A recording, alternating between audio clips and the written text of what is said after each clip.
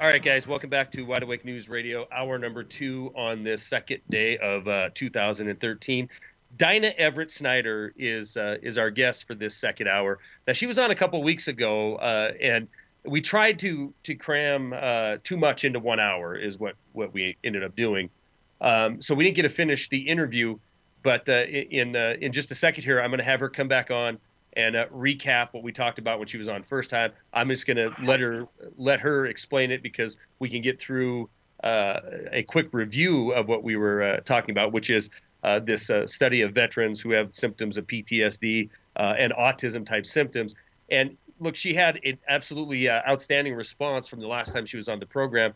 Many people trying to contact her for, try to find out about the next study or looking for help in the field that she's talking about. So I want to give out some contact information here real quick. If you're looking to send Dinah an email, it's Dinah Everett Snyder at hotmail.com, Dinah Everett Snyder at hotmail.com, or you can go to Facebook and it's Dinah Everett Snyder on Facebook. And also, if you go into the chat room right now and you click on her name in the who's on the program tonight, there's a link to her website there as well, which is DinahEverettSnyder.org. All right, and I'll try to get these links put up too on the page that is Wide Awake News links on the homepage. That way, if somebody's listening to this later on YouTube, they can access it through the website as well. Dinah Everett Snyder, thank you very much for coming back on. I appreciate you getting back on here so quickly, especially since we had an abbreviated interview last time you were on here. Why don't you quickly, I'm going to turn it over to you, bring us up to speed on what we were talking about 2 weeks ago about the study that you conducted. Okay, thanks, Charlie. Well, as we talked about last time, I had worked with autistic children. That was one area of what I was doing. There's a lot of autistic children in the military, and as veterans were returning home, their spouses who had seen a vast improvement in their children were concerned that their spouses were being potentially put onto the same sorts of drugs that they had not wanted their children put on. And we discussed this, and some of the parents and I, in discussing veterans' symptoms, we saw a lot of overlap between them and autistic children. And indeed, the military has come out and said that they are diagnosing many, many more of their soldiers with autism spectrum disorders, so attention deficit disorder, and obsessive compulsive behaviors. And we see that when they return in their stress levels as part of their PTSD symptomology. So I was asked to put together a study, which is what we ended up doing, because there's been so much in the media and so much talk amongst the veterans about soldiers committing suicide. We lose 18 soldiers a day. Wow. And well, they're not all suicides, but they're underreported. It's a huge, huge issue. And spouses were very ambivalent about their family members, and their parents too, grandparents of the autistic children, were very ambivalent about these men and women going on to pharmaceutical drugs so quickly, as a first line of defense.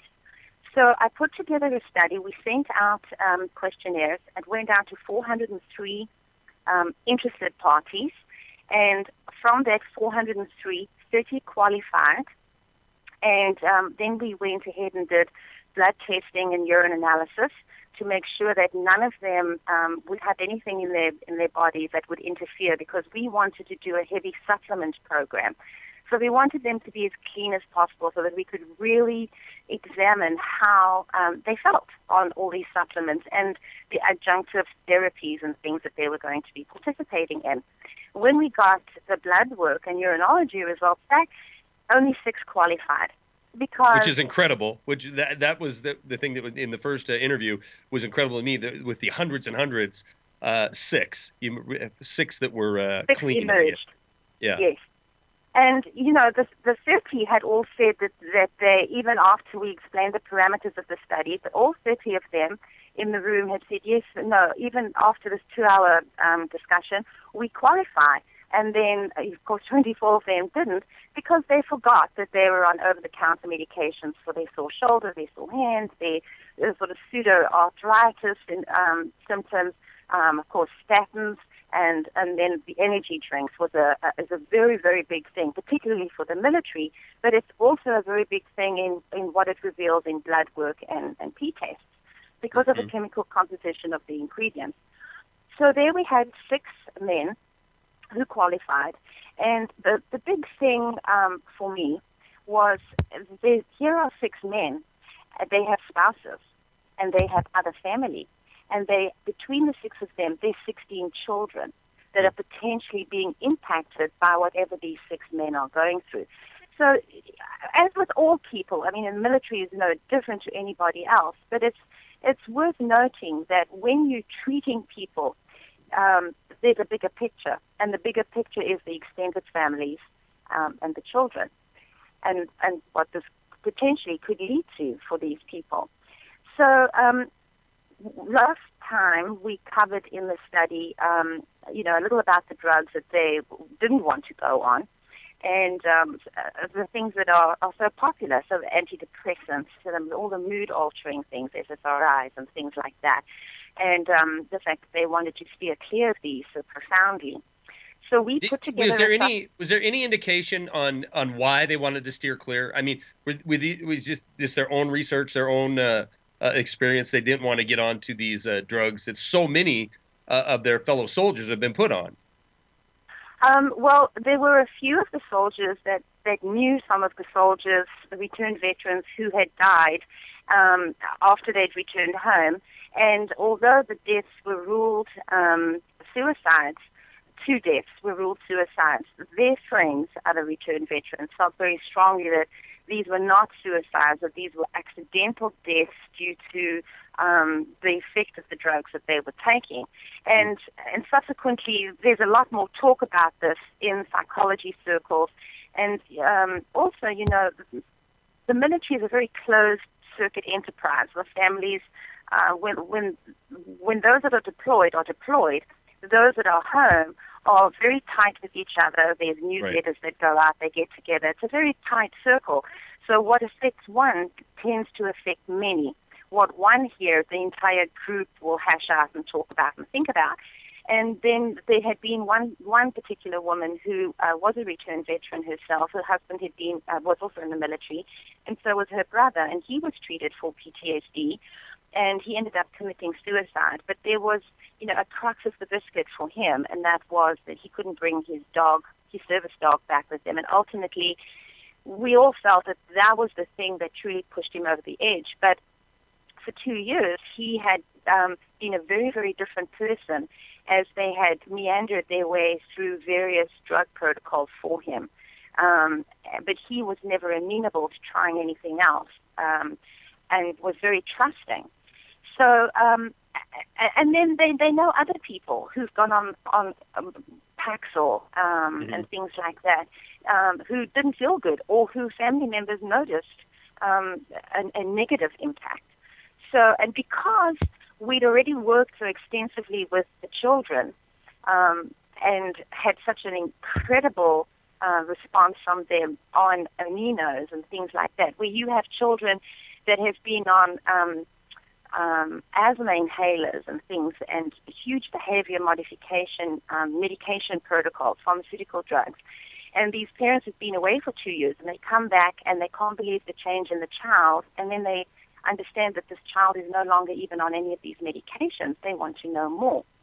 So in knowing more and knowing that these kids have been on a rigorous supplement program of magnesium and amino acids and dietary changes and a whole list of prohibited foods, they, by definition, are far more amenable to wanting to try something like this themselves. All right, hold on. We're gonna continue with that. We'll probably in the next couple of minutes after we get back to the break finish up the review of what we talked about on the first program. We can drive forward with talking about some of the results of these tests because they're fascinating. We're gonna be right back with Dinah, Everett, Snyder, and more Wide Awake News Radio in just a few minutes, guys. Hang tight. All right, guys, welcome back to Wide Awake News Radio. Charlie McGrath, along with Dinah Everett Snyder, talking about this fascinating study that she's conducted on returning military veterans. And where we left off was you had hundreds of vets that wanted to participate in a psychotropic, non-antidepressant, non-big pharma study to help combat some of the effects of extended period in combat zones. But out of these hundreds, you only had about six. You had only six that qualified as not being tainted by any pharmaceuticals or any other drug that were prohibited for the test. And that's where you left off for this first break. So continue on. Correct. So we had six, and as I mentioned before, those six have 16 children, and it's just always a huge kicker for me. So we developed a study, and it's important, I think, at this point for your listeners to understand that the study was designed for an introductory week where we put them on a supplement protocol, and there's a no-no list of things that they can't take. So that would be alcohol, there would be metabolic drinks, things like that. So that was the no-no list, and then there was a supplement list.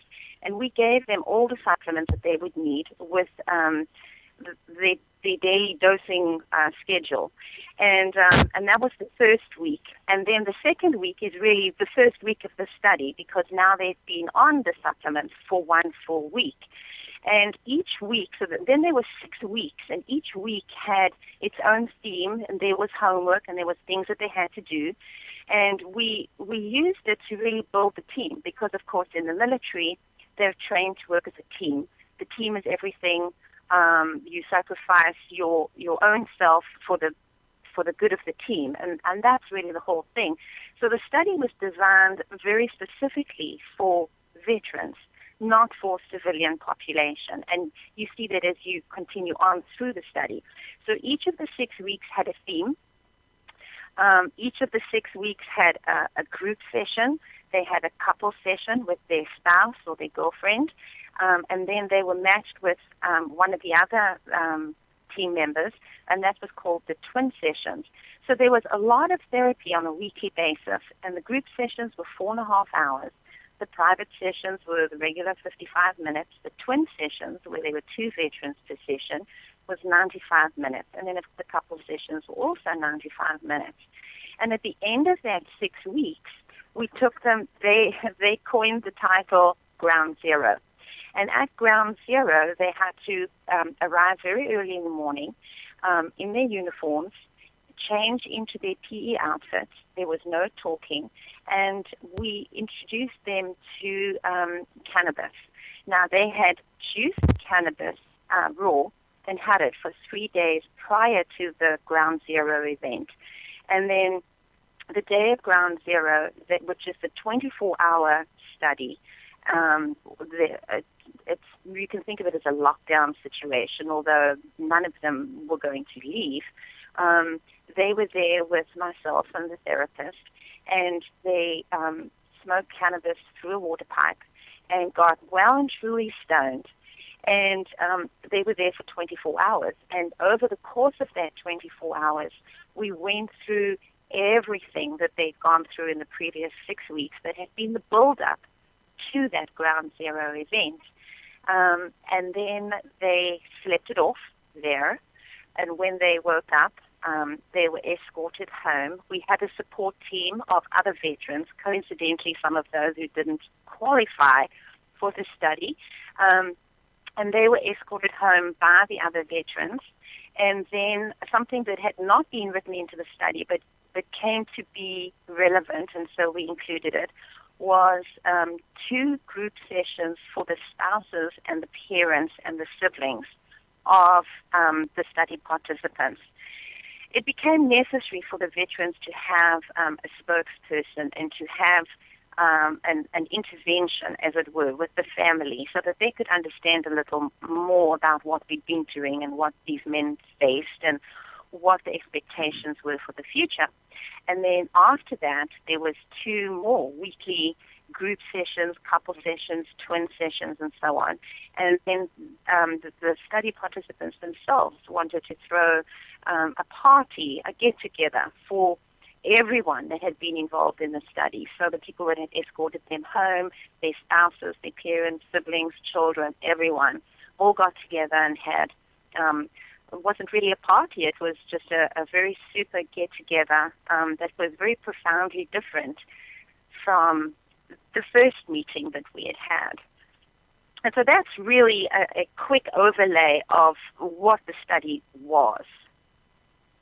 Yeah, and we skipped. I'm writing as you're talking, and we skipped we didn't quite get to the 6 different weeks of the study. On the last time you were on the program, we went through, I believe, week 1 and 2.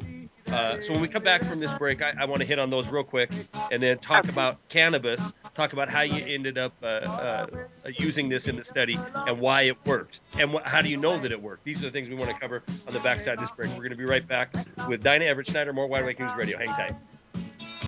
Welcome back to Wide Awake News Radio. Charlie McGrath along with Dinah, Everett, Snyder. We're talking about her study. We jumped forward to ground zero. The last time, Dinah reminded me during the break that we had went through the 6-week program, the 6-week study. Six veterans that were broken into 2 groups of 3. It was a 6-week long regimen that they went through. We had made it to week number 4 last time, which is the Who Are We phase. Give us 5 and 6 real quick, and then we'll continue on with the whys and whats of how cannabis became involved in this. Okay. Yes, week 4 was who are we, what are we, and they try to identify themselves before deployment and then after deployment as veterans now at home. And a large portion of that was their personal measurements of success, because they've learned a lot of skills in the military and learned a lot about themselves. And they also came to realize that, home is larger than life, and it really can't live up to a lot of the expectations. It can't measure up. And home is not just home, your 4 walls and your door. It's the dynamic of your relationships, and it's your country. It's coming back to walk down Main Street in America and go into a burger joint, a steakhouse. It's all of the home represents all of those things.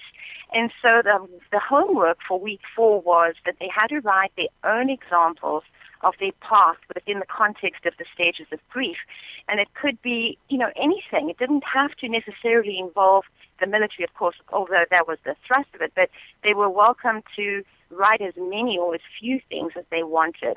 And then the other thing was, for week 4, and this was important, they had to write down a realistic wish for themselves and a wish for a team member. And so it had to be very reality-based, and that was based on the premise of being kind to oneself and a random act of kindness, which is particular to the military for a variety of reasons. Then we went into week 5, where the focus was on love, disappointment, irritation, yearnings, and then acts of kindness and forgiveness. And the men have a real fear of those words and their meaning. You can get a bunch of military guys together and they can talk all kinds of nonsense. But if you understand that the therapy sessions are 4.5 hours, there comes a point in that where you can go, okay, guys, so let's talk about love. Let's talk about your yearnings. And I would imagine, this is the 5th week that this very tight knit at this point group. They are. And in week 3, we had seen the first fractures when we had accused them of going back to their military training of, we're fine, the team is great. And there was almost this overemphasis on the team and neglecting of self. Mm-hmm. So in week 4, there was the aftermath of week 3. And so, doing these random acts of kindness thoughts and being kind to oneself was a way to focus themselves back on themselves. And that's what we went into week 5 with. So, and that's what week 5 centered around, is why were you so frustrated in week 3 when we accused you of neglecting yourself? And then going back to week 4's measurements of success and the issues of home is larger than life and unmet expectations, and things like that. And then we talked about their training, which is a hyper focus on keeping it together, don't let the team down, get the job done, against all odds. All of these things that are ingrained during training and life in the military. And all of their scorecards. Now, they all had scorecards, and they had to account for all their time for the duration of the study. No lost time was allowed. That was one thing. And then they had scorecards to reflect on when they woke up. What sort of sleep did you have? How deeply do you feel that you slept? Did you feel refreshed? What was your anxiety level when you woke up? What was your level of depression? And then the same for the evening. So that we want them to self-analyze and self-think and be introspective about themselves. There comes a point where they have to leave the team behind. And something that's not addressed when we talk about PTSD is, when veterans come home, we expect them to let go of what has been and re-embrace families and life and move on. But we never acknowledge what they've lost. They've lost their team. They've lost direction. And while it may be very wonderful that they're coming home and very wonderful to reconnect with wives and children and all of that, we have to be respectful and acknowledge those other aspects of themselves, because they, like us, are integral machines with different aspects that make up the whole. And so these particular scorecards for week 5 reflected that even though there'd been these massive upsets in week 3, that had been really refocused in week 4, that in week 5 they weren't reflecting that they had better sleep, they had a decrease in their anxiety levels, a decrease in the irritation levels across all spectrums. So with noise levels in the house, with the public, going out, all of these different things, even those that were suffering terribly from hypervigilant behavior, were noting that, yes, they were still feeling hypervigilant and they were still more comfortable sleeping during the day and being awake at night, but it wasn't so bad. And that's what week 5 brought. And week 5 also saw a lot of grief for those that the study was too late for. So there was a lot. Week 5 saw lashing out, and not necessarily physically, but emotionally. What do you mean? What do you mean that the study they were sad because the people that was too late for? Are you talking about people who killed themselves? People that killed themselves. People that were killed in operations during deployment. Okay. All those things. They at that point they were willing to talk about. They were willing to entrust these deeper emotions to the team and to the situation, and it really came up quite profoundly for all of them. Their guilt. There was a lot of guilt for them that they had this opportunity to go through the study, and yet one of their mates who lives 2 blocks away, who they feel is in a worse shape than they are, didn't qualify for the study, for example. And the guy that killed himself 2 years ago, and their friends who were killed in skirmishes overseas, and the needlessness, and all of these things. So it was the grief and guilt and all of their associated feelings around that. And these are really veils. These are blocks to them looking at themselves. You've got to get through all of these things, these stages of grief, in order to finally bring them to a point where they've identified all those things and issues for everyone else and worked their way through it, and at the very core is them. And that's what the 6 weeks was doing. It sounds like through the 6-week program, the goal, tell me if I'm wrong here, is to I don't like to use the word break down, but in a way to break down a lot of these self-imposed barriers or structures that have been instilled, especially in the military, to get to a point of self-analysis Yes. and because that's a huge hurdle. I mean, if you can analyze yourself, I think that goes a long way into recognizing where you are. Maybe it doesn't fix any problems, but recognizing where you are and realizing that that action must be taken.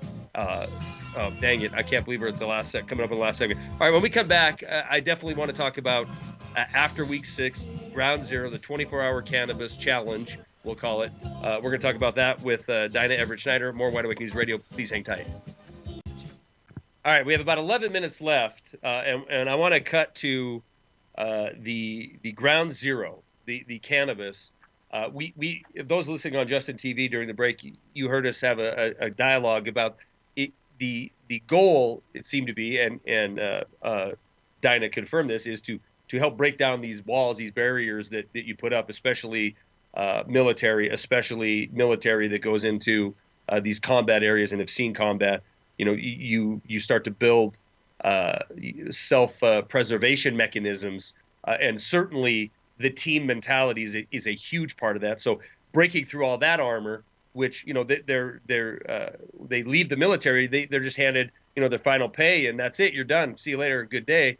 Well, you don't just let go of all those walls and all that that armor that you've put on to protect yourself, and that group mentality is certainly well enforced after you get out. So these 6 weeks have been used for helping break through some of these barriers and get to the point of self-realization, and then we enter ground zero. Is that correct? Yes. And now you have to understand that all of these men have had 13 and 15 hours a week of therapy in their various combinations, the group, the twin, the spouse, the individual therapies. It's a lot of therapy a week, and yet it took until the end of week 5 before they were self-directing, before they were internalizing and talking without prompting from myself or the therapist, I think, I feel, which is a long ways to have to go in order to accomplish that, because these are adults. It's different if you're talking with small children or autistic children who haven't yet figured this out. But right. We're talking to men in their late 20s, their 30s, entering their 40s, and it took 5 weeks of really concerted effort before they're doing this without prompts in the group therapies. So then, of course, there was week 6, and the theme for week 6 was what if, and control and the lack thereof, life and death, and repercussions of choice. And this was a very uncomfortable one for them. They had to bring photos that represented cherish, so pictures of their wives and children and the car that they rebuilt from scratch, and all that kind of stuff. And then we matched them up with photos of women that had been very badly beaten, or children that had died in devastating circumstances. And we matched up all these happy, cherished photos with all this death and destruction and annihilation. So it was a very, very, week 6 was a very uncomfortable and incredibly emotional experience for all of them. And we also had photographs of flags covering coffins to represent fallen heroes and fallen comrades. And it was very emotional, and it was drawing the team back together to the notion of the repercussions of choice, which is control and the lack thereof, which boils down to simply life and death. Are you going to choose moving forward, life or death? Are you committing or are you walking away? And that's really the emotions that they brought to the Last Supper, which was the night before Ground Zero. And we asked that they all get together and have one meal. The meal had to be outside, and they had to be done by 9 o'clock. Then the morning of Ground Zero, for 3 days prior to Ground Zero, they had 1 ounce of raw cannabis juice. And that's the bud and the leaf, which they juiced, and they drank 1 ounce because it's such incredible bioavailable nutrients. You don't get stoned from drinking it. The body loves it. And so they had that morning, and then they came in uniform to the hall where they were going to spend the next 24 hours plus. So they came in uniform. There was no talking allowed. They had to change into their PE clothes. And then they were directed where to sit. We handed out face masks. They had to cover their eyes, little sleep masks, so that they couldn't see each other or the room or anything. The room was very dark. We had red lights, and we had sound machines set to rain, and we had lavender diffusers around the room. And all of these were chosen for very specific reasons, of course. And then we gave them each set of camo paints, and we directed them to, as best they could, cover each other's faces with camo paint. And then there was an introductory speech that was given. It was very emotional. It was meant to draw them all and focus them all in the room, which is very quiet, very dark. Even with the masks on, they know it's dark. And then after the introduction speech, the masks came off, and that kind of broke the ice because they looked at each other and saw their faces, ridiculously painted, and it was kind of a chuckle moment. And they were all really incredibly nervous about becoming stoned. None of them had experienced cannabis before. None of them were stoners. One of them had tried it in his misspent youth, as he called it, didn't like it. And so they really, as we were talking about, they didn't come to the study for the free cannabis. They came to the study despite the fact that they were going to be stoned for 24 hours. And they were really nervous, and they were really focused, and they were very, very committed. So they started inhaling the cannabis through a water pipe, and within about 20 minutes, they were all verifying that, we feel decidedly different, tingly, all of that. And we had asked them to bring twin index cards, the things that they wanted to ask their twin from their therapy sessions. And it was a way to introduce therapy in a very unobtrusive way, and help them to start removing the veil. Now, you had asked me why we decided to use cannabis, and there's a lot of things. There's in Canada has just approved a study on veterans, and they're going to be using ecstasy. And I personally have issues with using things like that, as opposed to cannabis. I've used cannabis to treat cancer patients, and seen remarkable results, absolutely remarkable results. And for one 24-hour period, we felt that cannabis was the best option because we have cannabis receptors in our body. It's not a foreign thing to the body. The body recognizes it and knows it. And we merely wanted to use something that would help these men be able to stand back from themselves and look in at the movie theater of their brain. So what was the therapy? I mean, once these guys are all, they're good and stoned, what partook? Did you implement a therapy session then, and it just broke down barriers, or what? Yes. Well, so they actually were the ones to initiate it by bringing out the twin index cards with things that they had written down during their twin therapy sessions. And they sat opposite their twin, and it started that way. And we were walking around and drawing them out and helping them to be comfortable and more relaxed. And these are their mates. These are their buddies that they've invested 6 enormous weeks into. So It was very relaxed, and they were very comfortable. And within 6 hours, they were no longer the team. They had really dissolved, and everyone was on their own emotionally. They were vested in their own feelings and their own thoughts. And then after 9 hours, they'd really lost all concept of time. We brought out some food platters, and a couple of them ran off to go and throw up, and it wasn't because they'd eaten the food. Really, throwing up or having diarrhea at in therapy sessions like this is an indicator of a threshold that is being reached, and it's almost necessary for the body to purge in some way before you continue. And so, by 12, 19 hours, everyone has thrown up or had diarrhea or both.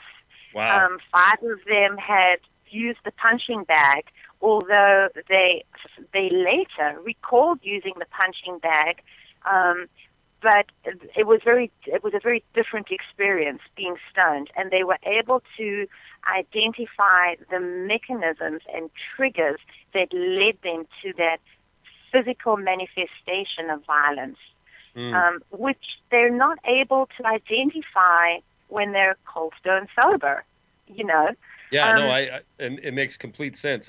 We have about a minute and a half left. Can you, of course, we ran through that. I'm interested on follow-up. Have you had I know you have another study ongoing right now, and follow-up from this original group of 6. Okay, so we can just bounce right ahead to the conclusion. The conclusion from the spouses, the parents, the siblings, and the participants themselves was that ground zero was the pivotal point to which the 6 weeks was reaching towards, but that not having ground zero would have meant continued therapy, such as the week 6 had provided, and none of them could really state an amount of time before they felt that they would have reached the point that point zero provided. But that point zero by itself wouldn't have occurred without the 6 prior weeks. That makes complete sense. You spent a lot of time and effort and thought into breaking down, and I know that sounds kind of like a mind control notion, but breaking down these guys. Then reattaching them, and several of them used those words. They felt as though all the various parts of them had been correctly reconnected, finally. Fascinating. And now listening to it, over 2 different programs, listening to, the scope of the program, which is take these guys that have been immersed and indoctrinated in military training, and even more so because they were thrown into area of combat operation, and then breaking that down and then giving them this ground zero opportunity when they're already vulnerable. It seems it makes complete sense to me. Guys, if you have questions on this, if you're watching this on YouTube and you want to reach out to Dinah Everett Snyder at hotmail.com is how you can email her.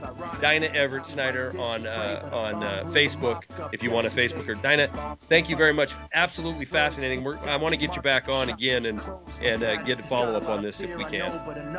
Thank you very much, Charlie. Bye-bye. Bye. Thank you very much. Dinah Everett Snyder at hotmail.com. Dinah Everett Snyder on Facebook, and also DinahEverettSnyder.org is her website. All right, guys, enjoy Jeff Rintz. He is coming up next. Have a good night. Peace.